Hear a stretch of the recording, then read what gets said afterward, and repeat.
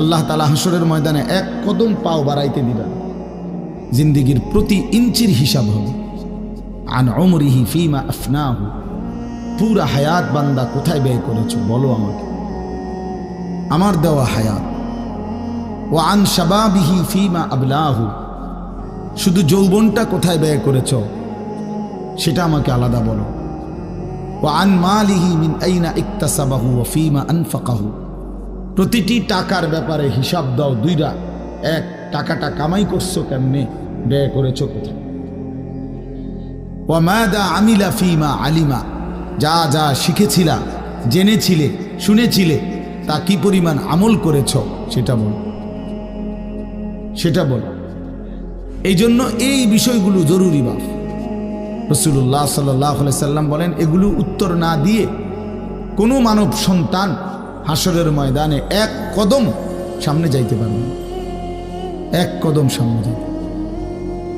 কোরআনুল কারীমের মধ্যে আছে, আল্লাহ তাআলা বলেন, ফাওয়ারাব্বিকা লানাসআলান্নাহুম আজমাইন আম্মা কানু ইয়ামালুন। আল্লাহ তাআলা বলেন, আমার কসম, মানে আল্লাহর কসম, আল্লাহ নিজের কসম করে বললেন, আমি অবশ্যই তোমাদেরকে জিজ্ঞেস করব, অবশ্যই অবশ্যই সকলকে, আজমাইন, সকলকেই আমি আল্লাহ জিজ্ঞেস করব, আম্মা কানু ইয়ামালুন, দুনিয়ার হায়াতে যা তোমরা করেছিলে। এই জন্য আল্লাহ তাআলার আড়াল হওয়ার কোনো সুযোগ নেই, হিসাবের বাইরে আমরা কেউ না। আল্লাহ তাআলা বলেন, সুম্মা লাতুসআলুন্না ইয়াওমা ইদিন আনিন নাঈম। আল্লাহ তাআলা বলেন, ওই বাবা, আরে কি প্লাস্টিক না, কথা বলো কেন? আল্লাহ তাআলা বলেন, আমার দেয়া প্রতিটি নিয়ামত সম্পর্কে অবশ্যই আমি তোমাদেরকে জিজ্ঞেস করব, প্রতিটা নিয়ামত।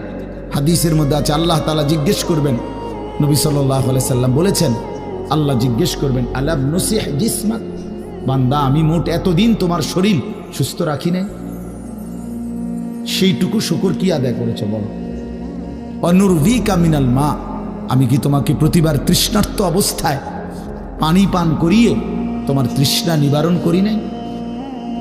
যতবার পানি পান করছো, তো এরপরে আমার কি শুকর আদায় করছো বলো বান্দা। আহা বদনসিব মুসলমান তো আলহামদুলিল্লাহ বলতেও জানে না, পানি পান করে সেটা যে একবার আলহামদুলিল্লাহ বলবে এটুকু তো জানে, এটুকু তো জানে।